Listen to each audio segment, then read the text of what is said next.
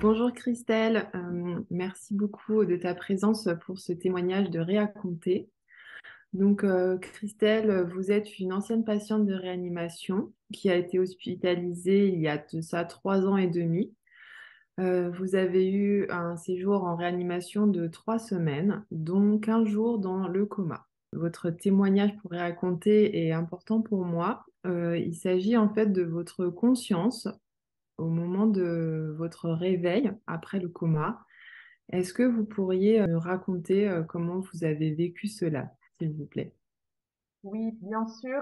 Effectivement, avec du recul, hein, parce que le moment venu, on se rend compte de rien et je pense que le corps et l'esprit sont des merveilleuses machines à ce propos parce que ça serait particulièrement anxiogène à mon avis et même contre contre-productif pour les soins qu'on peut avoir de prodiguer si on avait pleine conscience effectivement dans l'état dans lequel on se réveille finalement.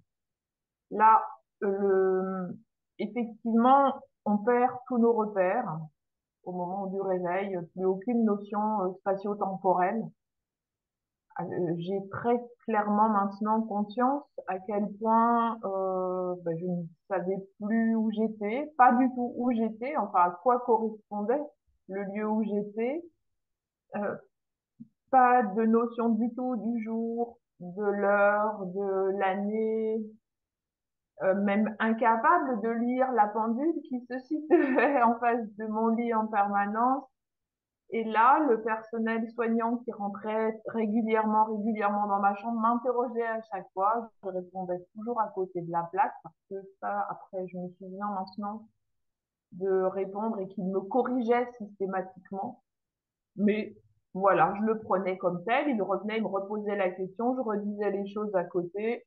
Et là aussi, sans aucune, je veux dire, inquiétude particulière. De la même façon, j'ai souvenir de mon mari qui m'évoquait partir en me parlant de son trajet.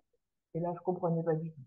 Voilà, j'étais complètement perdue. Je me souviens très bien de mon mari parce que ça fait vraiment partie des choses, enfin, voilà, de son comportement, etc.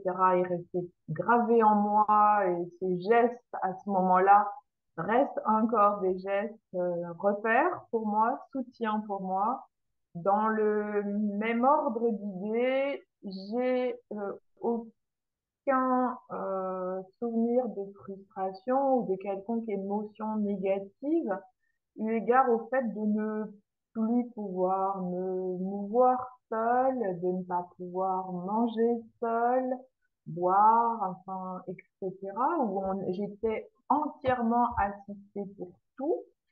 Et là, même lorsque j'essayais, que je n'arrivais pas, ça n'a jamais généré d'inquiétude ou de frustration pour moi. Au contraire, c'était toujours le fait d'apprécier de manger ce premier yaourt, de boire ce premier verre d'eau, d'avoir ces premiers moments assis dans un fauteuil qui l'emportait au final. Jamais, enfin, en tout cas, je n'ai aucun souvenir de m'inquiéter de cet état, qui était bien sûr pas du tout un état normal. Merci beaucoup Christelle pour ce beau témoignage.